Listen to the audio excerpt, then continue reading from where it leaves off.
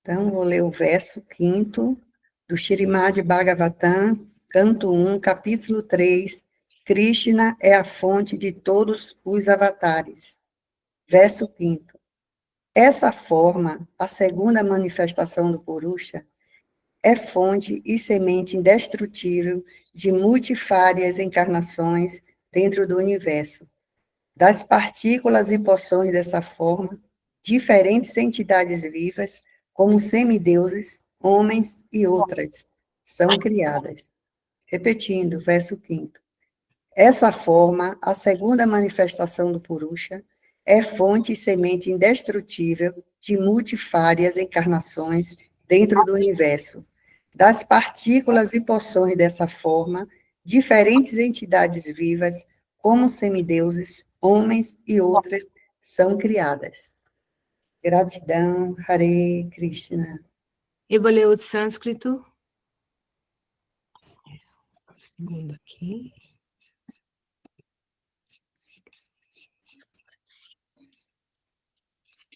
Om etananavataranam nidhanam bijam avyayam yasam samsena srijante devatidyannaradaya. Om Bhagyanat Chimirandhasya Gyananjana Shalakaya Chakshurunmilitanena Tasmai Shri Gurave Namaha. Om. Muito embora eu tenha nascido na mais obscura região da ignorância, conhecido como Jagat, a criação fenomenal, assim chamado mundo material, estando vagando como alma no ciclo dos repetidos nascimentos e mortes em estado de desamparo, o mestre espiritual, compassivo com os sofrimentos da alma condicionada, está abrindo os meus olhos com o achote do conhecimento transcendental, a revelação védica. A tal mestre espiritual que é compassivo, benevolente e pleno de conhecimentos, eu ofereço minhas respeitosas reverências com o meu coração repleto de gratidão. Portanto, que assim seja. Tatastu Hayom Shanti Namaste Om Tat Sat Hare Krishna Krishna Krishna Hare Hare Hare Rama Rama Rama Hare Hare. Ó energia suprema, amor divina, ó Mahamantra, auspicioso libertador do ser, desperta-me, eleva-me, envolve-me, protege-me. Hare Krishna. Muito bem, mais uma vez, bom dia a todas as pessoas presentes na sala. Muito obrigado por essa auspiciosa associação de vocês. Nós nos alimentamos, né, uns aos outros, e o sistema de cooperativa, que é um sistema inteligente, biologicamente alinhado, né, porque as células são uma cooperativa, as cidades são uma cooperativa. Então, o sistema de cooperativa é sempre muito interessante no sentido de optimizar e aumentar a capacidade que uma pessoa tem, né, de alcançar resultados maiores. Por exemplo, o Arquimedes, que era um inventor e matemático grego, disse certa vez: dê-me uma alavanca e eu levantarei o mundo. Né? Então, assim, com alavancas você pode assim, reduzir o peso ou intensificar a força. E uma vez foi perguntado para o professor Isaac Newton, né, como foi que ele conseguiu enxergar tão longe? Como foi que ele era, assim, tão genial, tão perspicaz, tão sutil e abstrato, né, nas suas observações? Como é que ele conseguia ver tão longe? Perguntaram para ele, né, numa conferência. Ele disse: bom, é porque eu subi nos ombros de gigantes, então eu consegui enxergar mais longe. Né? Ou seja, nós sempre precisamos de um apoio, uma plataforma de lançamento para conseguir chegar um pouco mais longe. Os textos relacionados com o Śrīmad Bhagavatam Sri Chaitanya Mahaprabhu, que é a autoridade máxima desse conhecimento, deixou a seguinte informação para nós, para facilitar a nossa relação de integração com esses conhecimentos. Ele disse, de todos os Puranas, que são as histórias de instruções, né, de metáforas, de todos os sistemas de inteligência de futuro que envolve ou mitologia ou então metáforas, analogias, o Srimad Bhagavatam é o Purana imaculado, ou seja, ele é o compêndio de conhecimento que deve ser buscado por qualquer pessoa que queira ver para além dos muros altos que prendem a alma, né, assim, dentro do condicionamento, dos cubos, que são os repetidos nascimentos e mortes. Então, esse contexto, essa escritura, é uma escritura voltada para emancipar a alma para fora do ciclo do samsara. Tá? Essa é a função dessa escritura. Tá bem? E aqui, nós estamos lidando com uma informação que diz respeito ao processo inicial, né, da criação do nosso óvulo, onde nós estamos, interagindo, que é o que nós chamamos de universo. Essa explicação é a versão de um único universo, ok? A quantidade de universos é infinita, tá? Não é possível fazer um cálculo, nem uma estimativa aproximada da quantidade de universos possíveis ou universos existentes a partir desse princípio criador. Esse princípio criador é chamado de Purusha. Isha significa o Senhor. Por exemplo, no Bhavishya Purana, que é um livro de profecias dentro das escrituras védicas, ele foi escrito há 5.000 anos. E ele descreve o aparecimento de Jesus. Né? No Bhavishya Purana está dito que apareceria um Swami branco, que viria de fora da terra de Bharata, e ele seria conhecido como rei do mundo. E ele ensinaria os conhecimentos védicos para os miletyas, que significa aqueles que não estão dentro do contexto da civilização védica. Eles estão fora da civilização védica, não conhecem a civilização védica, mas precisam de conhecimento. São chamados miletyas. Mileta significa aqueles que ainda não alcançaram o score necessário para entrar na civilização védica. E o Bhavishya Purana descreve que viria um Swami, quer dizer, né, um guru, Swami significa guru, branco. Ou seja, porque os indianos eles têm uma tonalidade mais bronzeada, mais dourada, mais morena, mais bronzeada. Então, e os judeus, aquela região lá, eles têm, apesar de ser desértica, eles têm muita característica da pele ser também um pouco esbranquiçada, né? Você vai lá, você vê muita gente assim, uma tonalidade mais clara, de pele mais clara. Então, ele é fora de Bharata ou da Índia, é considerado de pele branca. Então, o Bhavishya Purana diz que virá um Swami branco, que virá de fora da terra de Bharata, e ele ensinará os conhecimentos védicos para os miletyas, e ele será conhecido como Isha Avatara. Isha Avatar. Isha Avatar. Interessante. Por que eu estou fazendo esse paralelo? Porque esse mantra aí que nós estamos estudando está falando de como é a descrição do universo. Mas tem tantas descrições. Os babilônios fizeram uma descrição, o Gilgamesh, né, que é lá do pessoal dos sumérios, tem a descrição, os hititas, eles fizeram uma descrição da criação, os maias, os incas, sabe? A mitologia do Tupi-Guarani é simplesmente fascinante, é linda. Os japoneses, se vocês conhecerem o sistema de mitologia da criação dos japoneses, é muito divertido e interessante. Todos os povos têm o seu sistema de mitologia de criação. Por que essa informação seria relevante em detrimento das demais? Por que nós elegeríamos essa em detrimento das demais? Por que essa também não seria uma das tantas que existem e que já não são nem funcionais mais, né? Os gregos, por exemplo, eles viveram com um sistema de mitologia de criação por séculos, milênios, e funcionou muito bem. E agora já não funciona mais. Agora tem um outro sistema de mitologia, que é a mitologia prevista no livro, que é a Torá, que é a mitologia vindo dos judeus. Nós chamamos de, né, Bíblia, no caso, a mitologia cristã, que envolve o mito do Adão e da Eva, etc., e por aí vai. Assim, essas mitologias, elas são substituídas com o tempo, né?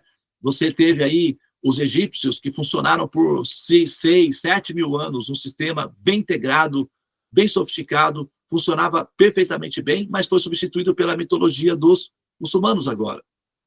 Entende? Então, por que essa informação que nós estamos lendo aqui não seria mais um tipo de sistema de mitologia que no futuro poderá também, né, ser substituído? Né?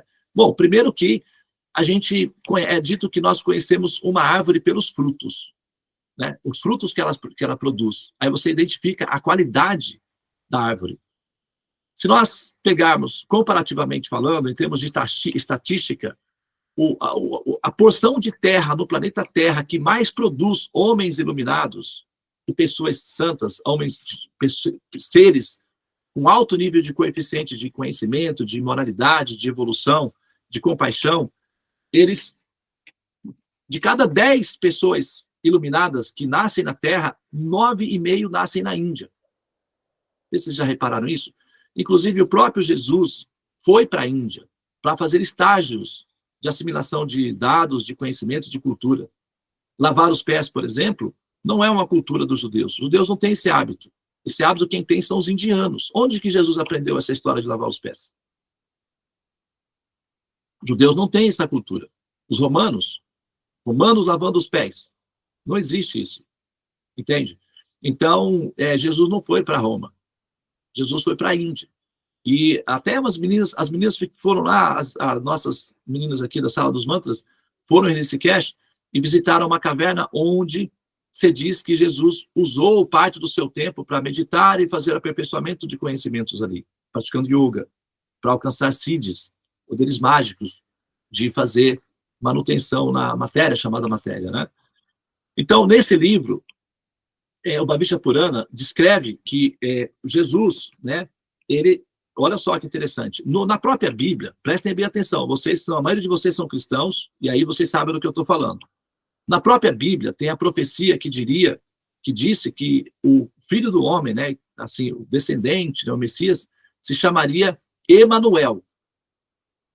Até que pessoas usam esse nome, Emanuel, que ele se chamará Emanuel. Né? Se você for lá na Bíblia, você vai ver que a profecia diz que ele vai se chamar Emanuel. Não Jesus, Yeshua. Emanuel. Muito bem. Só que o Bhavishya Purana diz que ele vai se chamar Yeshua. E Jesus ficou com o nome de Emanuel ou de Yeshua? Então, qual dos sistemas de conhecimento é mais preciso? E o Bhavishya Purana nem tem relação com os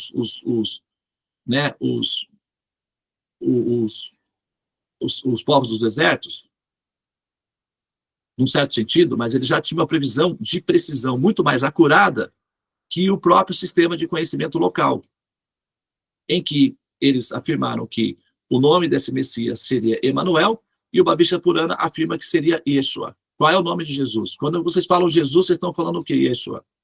Que é o nome védico, Isha, significa Isha. Como está aqui, ó, Purusha, puro, que significa, né, a pessoa suprema, né, Isha suprema. É isso mesmo, né, David? Checa para mim, tá? Por favor, Puru. Mas Purusha significa pessoa suprema, tá? Então, nesse sistema de conhecimento, ele é altamente preciso. Então, a gente tem como mostrar certos detalhes de que a precisão dele é funcional. Não é, assim, uma aposta às cegas. É uma aposta de probabilidade com estatística que dá uma margem de segurança para você apostar com segurança. Nada é absolutamente absoluto e 100% assertivo. E também não precisa ser. Basta uma média boa, já é o suficiente para você conseguir um bom resultado. Então, a assertibilidade dessas informações é alta, porque a lente que é utilizada é uma lente de precisão. Essa lente é uma lente do futuro. Nós é que pegamos emprestado, através das informações, a lente e conseguimos enxergar o que os engenheiros do futuro enxergaram. Tá? Aqui ele está dizendo o seguinte, olha, essa forma, que é a segunda manifestação do Purusha, então esse Purusha, ele tem uma primeira manifestação, chama-se Mahavishnu. Depois ele se expande novamente, numa outra forma, chamada Garbhavishnu, que significa aquele que se deitará dentro do ovo. Então, primeiro ele gera os ovinhos, são infinitos ovinhos. Daí, ele vai, assim como, por exemplo, você pega um espelho, você olha o sol, assim, você olha nas ondas de um lago, cada ondinha, cada pico de onda ali está refletindo o sol. São infinitos sóizinhos ali refletidos, como uma sala de espelho. Então, esse Purusha, esse Mahapurusha dele se expande, ele entra em cada um desses ovinhos. Quando a gente fotografa esse ovo universal, aparece aquela foto que a gente viu outro dia, né, que é a foto do universo visível. Então, esse ovo, que é muito grande, esse Vishnu, ou esse controlador, ele entra em cada um desses ovos e deita-se no oceano chamado Garbo. Na verdade, esse oceano na verdade, é uma sopa de nutrientes, é o chamado Mahatattva, é a substância, que é o que nós entendemos como flutuação quântica. Então, ele vai colocar como oceano. Se falar lá atrás, Vishnu, então, interage com a flutuação quântica. Aí, há 5.000 anos atrás, os pobrezinhos vão fazer o quê com isso daí? Então, ele vai falar como? E ele, então, deita-se nas águas universais. É mais fácil falar assim do que falar numa linguagem sofisticada de um futuro muito longínquo que as crianças não consigam alcançar. Então, vai falar como? Deita-se no oceano. Tá bom? Já funciona. Tá? Depois, esse Vishnu, com essa forma suprema, essa forma de Deus, manifesta dentro dos ovinhos, são infinitos, e ele está acontecendo isso caleidoscopicamente, muitos universos simultaneamente, ele então, dessa forma universal, como está sendo dito, é a fonte e semente indestrutível de multifárias, né, manifestações, encarnações ou criações dentro do universo. Das partículas. E aí, você entende por partículas, não é uma partícula de poeira. A partícula de poeira é visível a olho nu. Agora, uma partícula visual, como, por exemplo, um quark ou um bóson, você precisa de um equipamento de 30 quilômetros para enxergar essa partícula. Precisa de uma lente gigantesca para enxergar uma partícula pequenininha. Então, quando se fala de partícula, quando você está lidando com a dimensão Deus, essa partícula ela é infinita, tanto para cima quanto para baixo. Por exemplo, do 0 para o 1, você pode 1, 2, 3, 4, 648 mil e por aí vai. Ou do 0 para baixo, menos 1, menos 2, menos 388 mil e por aí vai. Eles são para todas as direções é infinita. Tá? Então, a ideia de partícula, quando se fala em uma partícula, é apenas para a gente ter uma noção de realidade inicial. Mas se você for buscar a origem, você vai gastar um tempão. E pode ser que você nem encontre, porque é infinito. Dá um pouco de trabalho para chegar até lá na parte inicial. Né? Então, das partículas e porções dessa forma, diferente. Então, se você imagina que a gente está vendo essa forma lá, deitada lá. Ele está ali num sistema de meditação, Yoga Nidra. A gente vai ver as partículas saindo dele? Não vai. Porque são infinitesimais. Por exemplo, agora vocês estão olhando para mim, certo? Vocês estão vendo partículas saindo de mim? Não estão. Mas tem partículas saindo de mim. Porque o Sol está incidindo sobre mim, e quando o Sol incide sobre o meu corpo, alguns elétrons são evaporados, saem do corpo. Quando você, por exemplo, pega um objeto e coloca exposto ao Sol, não desbota, é porque elétrons, quando o fóton bate no objeto, elétrons saem. Isso nós chamamos de evaporação. Então, do seu corpo agora está evaporando milhares de pequenas partículas que você não está vendo. Então, isso é um fenômeno que acontece. A gente olha para esse Vishnu, a gente vê ele só uma pessoa deitada, mas infinitas partículas estão saindo dessa pessoa. E essas infinitas partículas é que dão origem a diferentes entidades vivas, não as almas, as formas que vão viabilizar o processo de assimilação de consciência das entidades vivas, tá? diferentes entidades vivas, como chamados semideuses, que são pós-humanos, são humanos propriamente ditos, né? Os chamados semideuses são os humanos propriamente ditos, né? E eles são o que seria pós-humano. Para nós, é o equivalente de semideuses.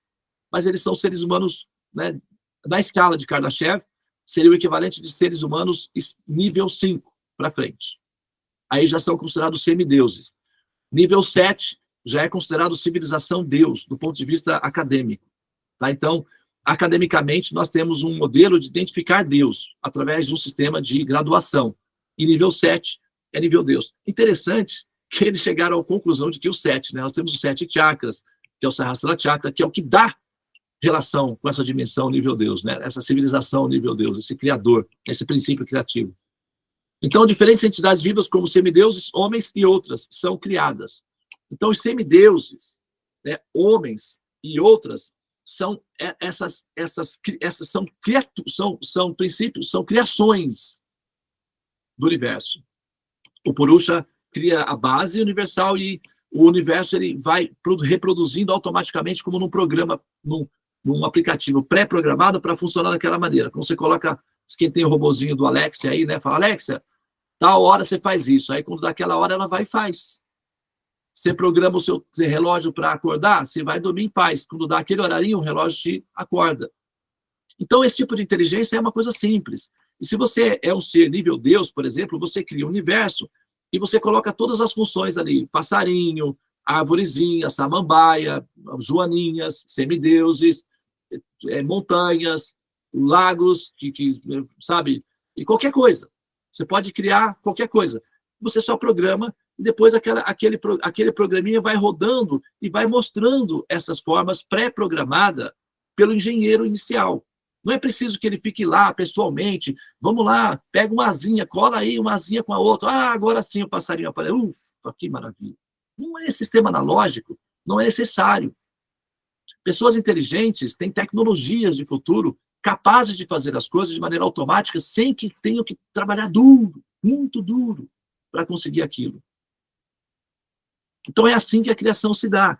A descrição aqui está mostrando como é que se dá o processo da criação. E essa ilustração, ou seja, essa descrição, ela é muito compatível com o que nós observamos em termos de dados de mensuração, por exemplo, astronômica, de datação de carbono, das eras geológicas. Entendeu? Então, quer dizer, nós temos essas informações, e se a gente compara essas informações com as demais informações que nós temos acerca da criação disponíveis na Terra, tem muitas. Estou negando as demais, não. Só que a gente tem que saber definir aquilo que nós vamos adquirir. Porque o produto que você adquire é o que você vai usar em casa. Se você usar um produto, se você adquirir um produto mais ou menos, você vai conseguir fazer um bolo mais ou menos. Entendeu? Então, a gente tem que decidir qual produto nós vamos assimilar, porque isso vai ter um efeito sobre nós. Tá? E dos produtos disponíveis na Terra, de informações disponíveis na Terra, a informação mais compatível com um sistema de descrição que a gente, quando olha no universo com os nossos equipamentos, produzidos pelos pensadores racionais, que são os sábios das ciências naturais, engenheiros, físicos, químicos, matemáticos, sabe, construtores, inventores, observadores, a gente pega toda essa informação e olha com a informação védica, a conta fecha. Não é que a conta fecha? A conta bate. Agora, se a gente pega qualquer outro sistema de mitologia, de ilustração, de metafórico, a conta não bate. Então, nós temos que ser racionais, porque, no final das contas, quem paga a conta somos nós. Não é questão de escolher uma religião por gosto. Nós temos que... A decisão tem a ver com o resultado que isso produz sobre nós. E nós temos que observar o que tem à disposição para a decisão. Então, essa descrição aqui, ela não é simplesmente apenas mais uma das infinitas descrições de tentativas humanas de descrever a criação. Ela é uma descrição de quem está no futuro e enxerga com precisão as informações que está sendo oferecido. Agora, nós não somos obrigados a acreditar em nada. Somos observadores também. Então, a gente vai observar para ver se isso procede ou não. Para finalizar aqui a minha fala, do ponto de vista técnico, tem as coisas, se a gente pega o sistema do professor Darwin, que é da seleção natural, não conflita com as informações védicas. Então, nós não temos conflitos com os cientistas, por exemplo. Os cientistas são nossos amigos, nós amamos eles. Eles fazem coisas difíceis e facilitam muito a nossa vida para a gente conseguir pegar os dados que eles recolhem, depois de anos de luta, de batalha, de neurônios e pesquisas, nós pegamos esses dados, o resultado desse esforço todo, e simplesmente tornamos esses dados físicos em metafísica, e funciona muito bem. Então, nós não temos conflito com a ciência, nós amamos a ciência, nós somos muito gratos aos cientistas, e precisamos que eles continuem lá, firmes. Mesmo que eles neguem a metafísica, para nós isso não tem problema nenhum. Eles podem continuar fazendo física. O que nós precisamos é o resultado do trabalho deles, para confirmar os dados que nós temos de pesquisa metafísica, que é a revelação védica. E isso não é fácil conseguir num sistema de religião. Esse casamento, essa simbiose, essa harmonia entre ciência natural, de observação racional, e revelação, é muito difícil. Conseguir essas duas peças juntas é praticamente quase impossível para os religiosos. Os religiosos estão sempre em conflito com os cientistas. Nós não temos esse problema. Porque as informações que nós temos, ela é completa, inclui a ciência. Então, a gente está numa situação bastante favorável, segura, racional, é uma aposta calculada, bem fundamentada, sustentável, e isso dispensa o peso que a fé exige. Porque compreensão é muito mais leve, muito mais efetivo, menos cansativo e produz um resultado muito melhor. Ok? Muito bem. Então eu vou pausar aqui. Muito obrigado pela atenção. Namastê. Hare Krishna, Krishna Krishna, Hare Hare, Hare Rama, Rama Rama, Hare Hare. Ó energia suprema, amor divina, ó Mahamantra, libertador do ser, desperta-me, eleva-me, envolve-me, protege-me. Hare Om Shanti, Namastê Om Tat Sat, Hare Krishna.